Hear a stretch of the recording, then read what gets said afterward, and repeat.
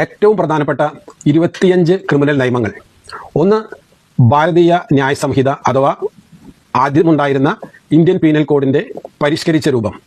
2, BNNS അഥവാ ഭാരതീയ നാഗരിക് സുരക്ഷാ സംഹിത, മുൻപുണ്ടായിരുന്ന criminal procedure കോഡിൻ്റെ പരിഷ്കരിച്ച രൂപം. 3, ഭാരതീയ സാക്ഷ്യ അധിനിയം അഥവാ മുൻപുണ്ടായിരുന്ന ഇന്ത്യൻ പീനൽ കോഡിൻ്റെ പരിഷ്കരിച്ച രൂപം.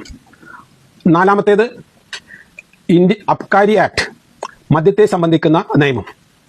5, മയക്കുമരുന്നുകളെ സംബന്ധിക്കുന്ന നിയമം അഥവാ NDPS act. 6, KAAPA act. KAAPA act എന്ന് പറഞ്ഞാൽ സാമൂഹിക വിരുദ്ധർക്ക് എതിരെ നടപടികൾ എടുക്കാൻ ഉദ്ദേശിച്ചുകൊണ്ടുള്ള നിയമം. 7 എന്ന് പറയുന്നത് ഡൗറി പ്രൊഹിബിഷൻ ആക്ടാണ്.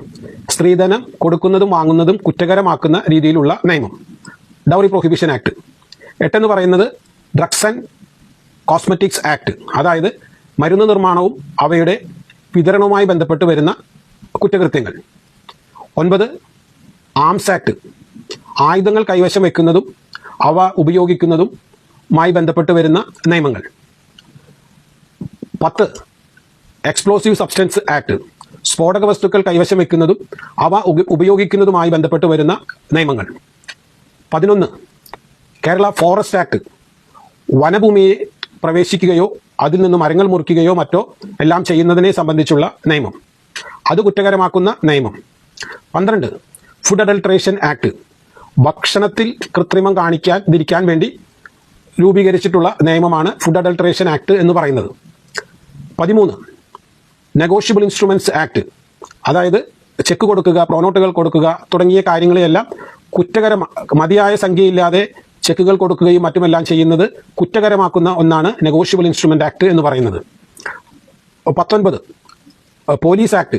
പോലീസ് ആക്ട് എന്ന് പറയുന്നത് കേരളത്തിലെ പോലീസിന് സുഗമമായി പ്രവർത്തിക്കാൻ വേണ്ടുന്ന അധികാര അവകാശങ്ങൾ കൊടുക്കുന്ന ഒന്നാണ് പോലീസ് ആക്ട്.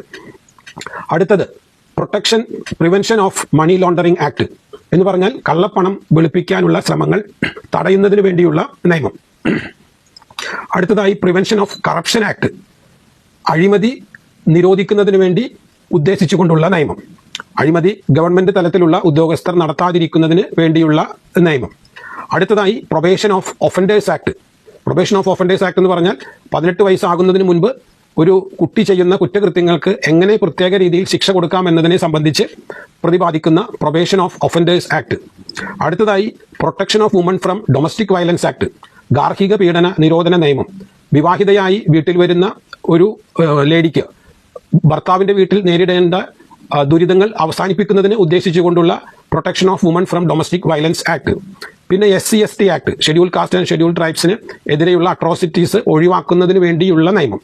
ഇനി വർക്ക് പ്ലേസിൽ, ജോലി സ്ഥലത്ത് സെക്ഷൽ ഹരാസ്മെന്റ് നേരിടാതിരിക്കുന്നതിന് വേണ്ടിയുള്ള നിയമം. അടുത്തതായി പോക്സോ കേസുകൾ. പോക്സോ വളരെ പോപ്പുലർ ആയിട്ടുള്ള ഒരു നിയമമാണ്, നമുക്കെല്ലാവർക്കും അറിയുന്നതാണ്. അത് protection of children from sexual offences act എന്ന പേരിലാണ് അറിയപ്പെടുന്നത്. അത് ഒരുപാട് കോംപ്ലിക്കേഷൻസ് ഉള്ള ഒരു ആക്ടാണ്. അതുപോലെ അടുത്തതായി കണ്ടംപ്റ്റ് ഓഫ് കോർട്സ് ആക്ട്, കോടതി അലക്ഷ്യത്തെ സംബന്ധിക്കുന്ന നിയമം.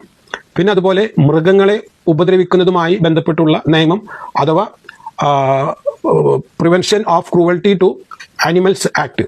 ഇനി PDPP ആക്ട് അഥവാ protection or prevention of damages to public property, അങ്ങനെ വരുന്ന നിയമം.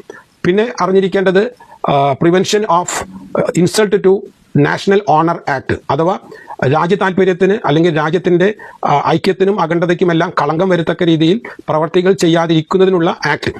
അതുപോലെ തന്നെ ഏറ്റവും പ്രധാനപ്പെട്ടത് പ്രിവെൻറ്റീവ് ഡീറ്റൻഷൻ ആക്ട്, തടങ്കലിൽ വെക്കുന്നതിന് വേണ്ടിയുള്ള നിയമം, കരുതൽ തടങ്കലിൽ വെക്കുന്നതിനുള്ള നിയമം. ഞാൻ ഈ പറഞ്ഞ നിയമങ്ങൾ തീർച്ചയായും ഒരു ക്രിമിനൽ സ്വഭാവം ഒരു തരത്തിലോ അല്ലെങ്കിൽ മറ്റൊരു തരത്തിലോ ഉള്ളതുകൊണ്ട് ഈ നിയമങ്ങൾ പെട്ട് നിങ്ങൾ അകപ്പെട്ട് കൂടുതൽ പ്രശ്നങ്ങൾ